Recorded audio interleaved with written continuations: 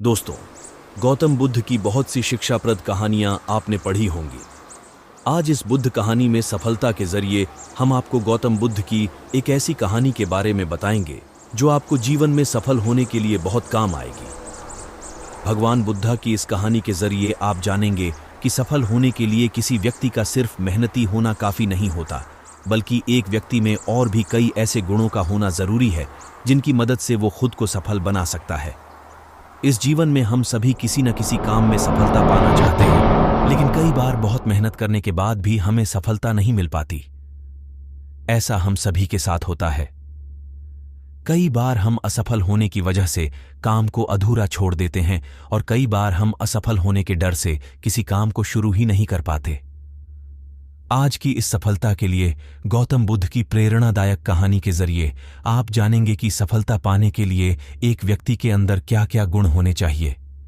एक बार की बात है, गौतम बुद्धा अपने कुछ शिष्यों को साथ लेकर प्रवचन देने के लिए एक राज्य से दूसरे राज्य की तरफ जा रहे थे।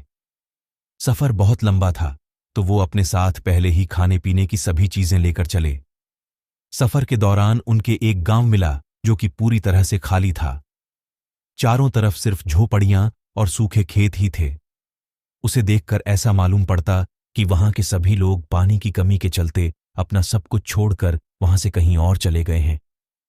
उस गांव में एक छोटा सा कुआं भी खुदा था। बुद्ध के शिष्यों ने जब उस कुएं में झांका तो वो भी खाली था। उस कुएं में सिवाय धूल के और कुछ नहीं था।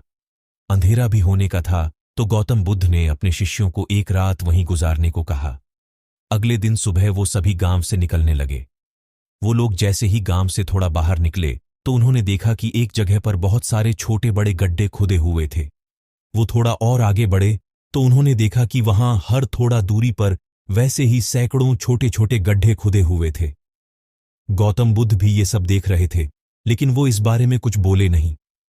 उनके शिष्यों के मन में ये सवाल आने लगा कि आखिर यहां इतने सारे गड्ढे क्यों बनाए हुए हैं? ऐसा करने की क्या वजह हो सकती है? अपने मन को शांत करने के लिए एक शिष्य ने अंततः गौतम बुद्ध से वहां बने गड्ढों के बारे में पूछ ही लिया। गौतम बुद्ध ने अपने शिष्यों को बताया, इस गांव की परिस्थिति देखकर पता चलता है कि इस गांव में कुछ समय पहले पानी सूख गया होगा और पानी की तलाश में ही यहां इतने सारे गड्ढे खोदे गए हैं। जिन लोगों ने ये गड्ढे खोदे उन्होंने मेहनत तो बहुत करी, लेकिन किसी ने भी धैर्य नहीं दिखाया।